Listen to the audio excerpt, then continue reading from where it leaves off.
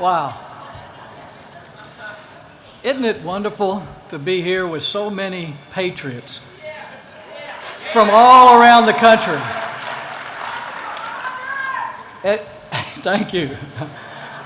Now, in my travels across the country, I have the pleasure to meet with thousands of patriots from all walks of life. I met one of them a few weeks ago in Florida I want to tell you about. His name is Bill. He turns 90 years old this year. He was born when Calvin Coolidge was president. He lived through the worst of the Great Depression, World War II, many other wars and recessions. He can hardly hear or see, but he has a positive attitude about life. He wanted me to see the Christmas card that he sent out last year. It was a book. It was bigger than most church directories because he has 93 children, grandchildren, and great-grandchildren. He also wanted me to see a picture of all of them with the Pope at the Vatican. He said when the Pope saw them all grouped together for the picture with him, all he said was, "I don't have to ask if you're Catholic."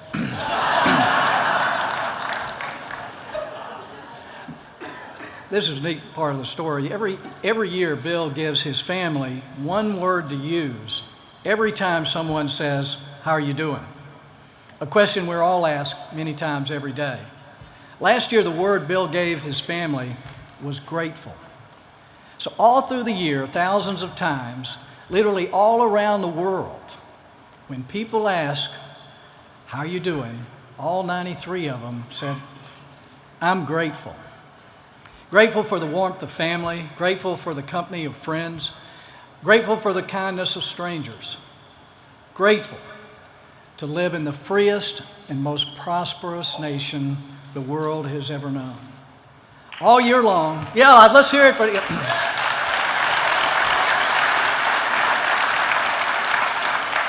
All year long, this grateful spirit cheered hearts of everyone who came in contact with all his children and grandchildren. It certainly warmed my heart. And as Bill was talking, it made me wonder when my grandchildren are grown, will they still be grateful for the country? Will America still be worried or still be earning the right of its citizens to be grateful? Each year another piece of the masonry falls of these things that we care about and we're grateful for in our lives. And things like jobs and security, religious liberty, hope, and even love. Now, you might think it's strange for me to say that we're losing something abstract like love. The federal government might tax and regulate a lot of things, but they haven't yet said that love causes global warming or obesity. Not yet. So let me explain what I'm talking about. More than 200 years ago, the British philosopher and statesman Edmund Burke, who was an early friend of the American Revolution, hit upon what really makes love of country possible. In his words, to be attached to the subdivision, to love the little platoon we belong to in society, is the first principle of public affection. It is the first link in the series by which we proceed towards a love to country and to mankind. I've thought about this idea a lot. In fact, I've written a book about it. What Burke calls public affections, the bonds that connect us to a home, a community, a state, a country, to a people, they don't exist because some political bullies in the administration or the Congress mandates them. They come instead from the links we share with all the little platoons in our lives. A family, a church, a local charity, a middle school soccer team, a PTA, a small business we work for. It is through our investment and loyalty in these small institutions and their investment and loyalty to us that we have affection for our communities our fellow citizens, and it sustains our love for America, the country that makes it all possible. Little platoons actually inspire and empower us as individuals to make a difference in the world around us. They encourage and channel the inclinations to develop not only our full potential and serve others, but they begin to create that public affection and patriotism. But let's think about it for a minute. What happens if the top brass in a big central government begins to replace and disband these little platoons in our lives? What happens when decisions are made from the top down instead of the bottom up? What happens when politicians begin telling us what to believe and how to live? What happens when we depend on big government to solve our problems instead of ourselves? What happens? We know what happens. You can see it all around us. An economy that languishes, opportunities disappear, problems get worse.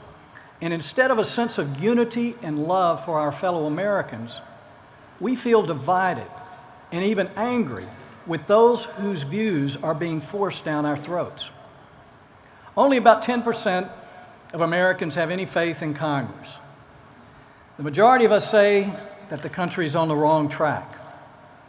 And a large majority of young Americans no longer believe that the American dream is attainable. And this generation may be the first Americans in history who are worse off than their parents. What is happening in our country is enough to frustrate and depress even the most optimistic Americans. Many have simply checked out of the public debate altogether. And who can blame them? You know, politics, supposedly the art of achieving the highest common good for our republic, has become a bludgeon to replace little platoons and individual decision-making with one-size-fits-all solutions that don't fit anyone. When power is taken from individuals and the little platoons and concentrated in Washington, the fundamental building blocks of our public service and our public affection crumbles. And so government dependence replaces community support and self-reliance. Handouts replace hand-ups. Resentment replaces love of country. The brilliance of the American founding and the freedoms that came with it allowed many people with different backgrounds and beliefs to call this land home, living in harmony while preserving their different beliefs and ways of life. Each family and community could govern itself according to its own needs and traditions, within the splendid framework of freedom and equality provided by the Constitution. But when so many different viewpoints and lifestyles are forced into one mold, the free market of ideas becomes a tyranny over our hearts and minds. Coercion replaces freedom. When the beliefs, needs, and wants of others are forced on us by government, our fellow countrymen become objects of resentment instead of affection. And when our own government uses tax collectors to target citizens because we're concerned about out-of-control government growth, spending, and debt, or when individuals are forced to pay for the taking of human life, or when small businesses are sued and fined because they refuse to participate in activities that violate their deeply held religious beliefs, or when our children are forced into failing schools with no other choice, or when we feel like our voices are no longer heard or even wanted by our representatives in Congress, our love for America and our fellow citizens is strained. None of us here today have fallen out of love with the American dream, American ideals, America's little platoons, or the American vision of a free world. But most of us have fallen out of love with a political system that favors special interest rather than the common man.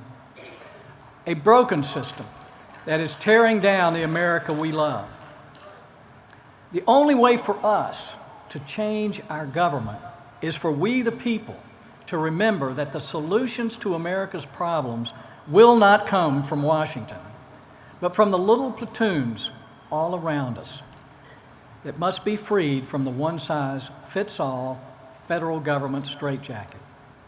Americans will unite around core ideas of our founding and our success.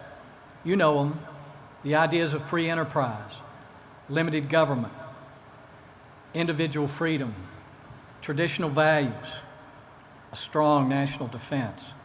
These are the conservative ideas that built a strong America and can once again unite us. This unity can be achieved through the original constitutional idea of federalism that focuses the federal government on maintaining security through a strong defense while moving dollars and decisions for many government functions back to the states, the communities, and to the people.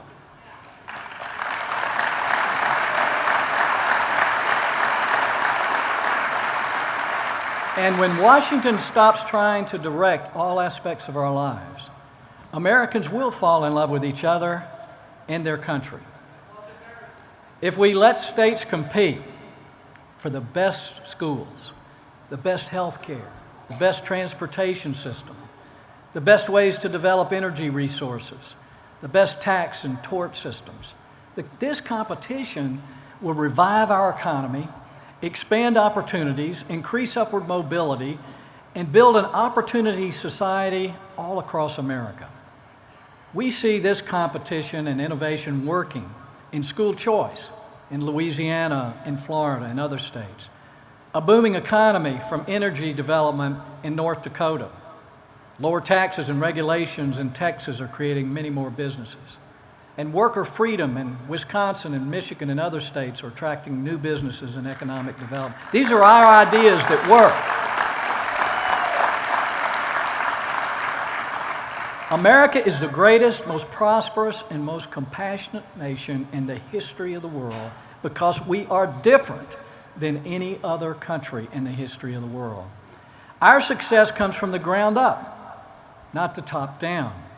Our strength comes from individuals in a vast army of little platoons that constantly sustain and revive us.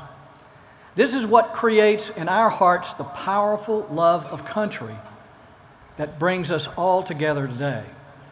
So I challenge you, my friends, join me in falling in love with America again and again and again. Thank you, and God bless. Thanks,